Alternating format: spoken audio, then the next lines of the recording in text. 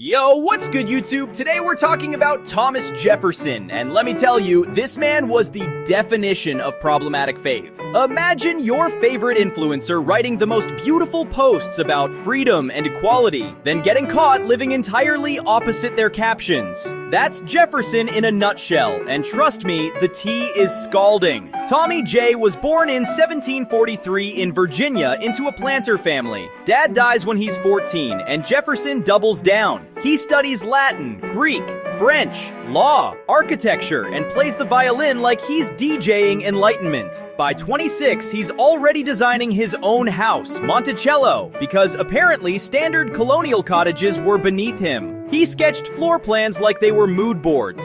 Fast forward to 1776. Jefferson pens the Declaration of Independence. All men are created equal. Iconic, cinematic, meme-ready. But here's the gag breaker. While writing that masterpiece, he owned hundreds of enslaved people. The cognitive dissonance is next level. Genius or gaslighting? You decide. This contradiction is the through line of his whole life. Brilliant ideas shadowed by deeply troubling choices. And that tension is exactly why his story is juicy, messy, and impossible to ignore. It's giving do as I say, not as I do energy, and the cognitive dissonance is astronomical. Also, the Founding Fathers had drama like a reality show.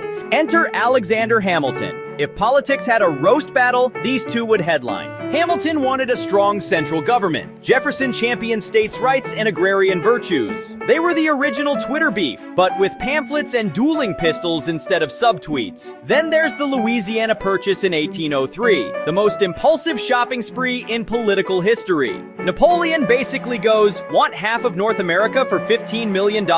Jefferson, the constitutional minimalist, scrolls past the fine print and hits buy. No congressional RSVP. Suddenly, the US doubles in size. It's like buying a mansion on impulse and then wondering how to pay for the mortgage. And while he's supposedly modeling civic decorum, Jefferson hosts foreign diplomats in pajamas because formal wear is too European. He kept pulling contradictory moves. Preach small government, then execute massive land deals. Praise liberty, then maintain private bondage. It's chaotic, hilarious, and somehow foundational. Sir, you are the president. The disrespect to the office was iconic. Jefferson was obsessed with inventions and practical toys. Think rotating book stands so you can read 4 books at once, a 7-day clock to schedule your garden rotations, and livestock experiments because why not breed the ideal sheep? He was the 1800s Kickstarter addict. If a contraption existed, he wanted one. Monticello itself is a study in contradictions. Stunning gardens, French-influenced interiors, luxurious taste, and every corner shaped by the labor of enslaved people.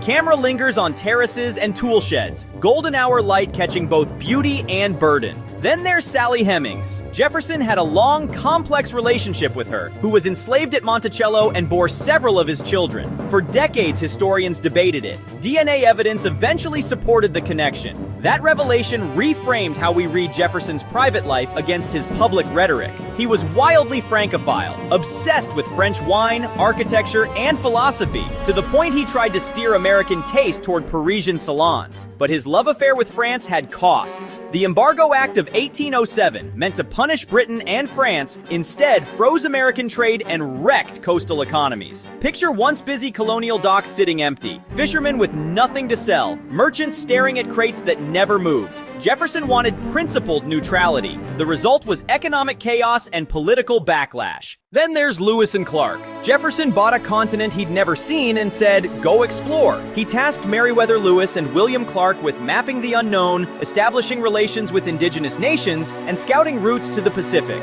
The expedition produced maps, scientific observations, and epic survival stories. One of the greatest American adventures that sprang from Jeffersonian curiosity and improvisation. So where does that leave us? On one hand, Jefferson's political philosophy, individual rights, religious freedom, and informed citizenry, carved deep grooves in America's political DNA. His advocacy for public education, transparent government documents, and architectural vision for civic spaces shaped the Republic. On the other hand, his personal life and choices, ownership of enslaved people, the Hemmings relationship, and occasional hypocrisy expose a man who could hold brilliant ideals and profound moral failures at once. Thomas Jefferson is basically America's first influencer. Gorgeous prose, chaotic personal life, and contradictions that spark debate centuries later. He helped write the playbook for modern democracy while simultaneously being a walking, talking contradiction.